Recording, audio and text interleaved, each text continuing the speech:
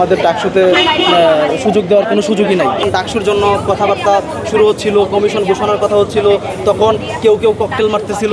নতুন করে কেউ যদি আবার আরেকটা দলের পারপাস সার্ভ করতে চায়, তাদেরকে তো আসলে শিক্ষার্থীরা ডাকসুতে যাবে না।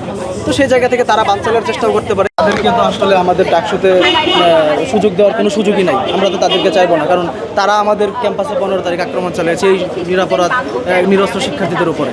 তো সেক্ষেত্রে ছাত্রলীগ বাদ দিয়ে আমাদের ক্যাম্পাসের যত ক্রিয়াশীল ছাত্র সংগঠন আছে, জাতীয়তাবাদী ছাত্রদল, বাংলাদেশ গণতান্ত্রিক ছাত্র সংসদ, ইসলামী ছাত্র শিবির, বামধারার যত রাজনৈতিক দল আছে, সবাই হয়তো বা তাদের ব্যানারে নির্বাচনে অংশগ্রহণ করবে। অনেক স্বতন্ত্র অনেক স্টুডেন্ট আছে যারা স্বতন্ত্র জায়গা থেকে নির্বাচনে অংশগ্রহণ করবে। তো সবারই একটা লেভেল প্লেইং ফিল্ড তৈরি হবে এই নির্বাচনের মাধ্যমে, এবং যারা শিক্ষার্থী বান্ধব, যারা শিক্ষার্থীদের জন্য কাজ করেছে, বা শিক্ষার্থীরা মনে করবে যারা তাদের জন্য পরবর্তীতে একটা ভালো নেতা হয়ে উঠতে পারবে, তাদের প্রতিনিধি হয়ে উঠতে পারবে, তাদেরকে শিক্ষার্থীরা বাছাই করবে। এবং আপনারা দেখেছেন যে ক্যাম্পাস পরবর্তী বা এই যে গণঅভ্যুত্থানের পরবর্তীতে আমাদের ক্যাম্পাসে অনেক সময় যখন ডাকসুর জন্য কথাবার্তা শুরু হচ্ছিল, কমিশন ঘোষণার কথা হচ্ছিল, তখন কেউ ককটেল মারতেছিল।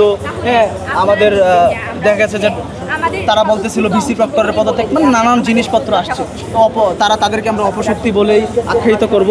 তো তারা এটা করার কারণ হচ্ছে ডাকসুতে যারা শিক্ষার্থীদের কাছে পৌঁছাইতে পারে না, তারা তো আসলে ডাকসুতে সুবিধা করতে পারবে না। তো তারা তো জানে যে আমরা কাদের পারপাস সার্ভ করি। তো কেউ যদি ছাত্রলীগের মতন পারপাস সার্ভ করে, নতুন করে কেউ যদি আবার আরেকটা দলের পারপাস সার্ভ করতে চায়, তাদেরকে তো আসলে শিক্ষার্থীরা ডাকসুতে যাবে না।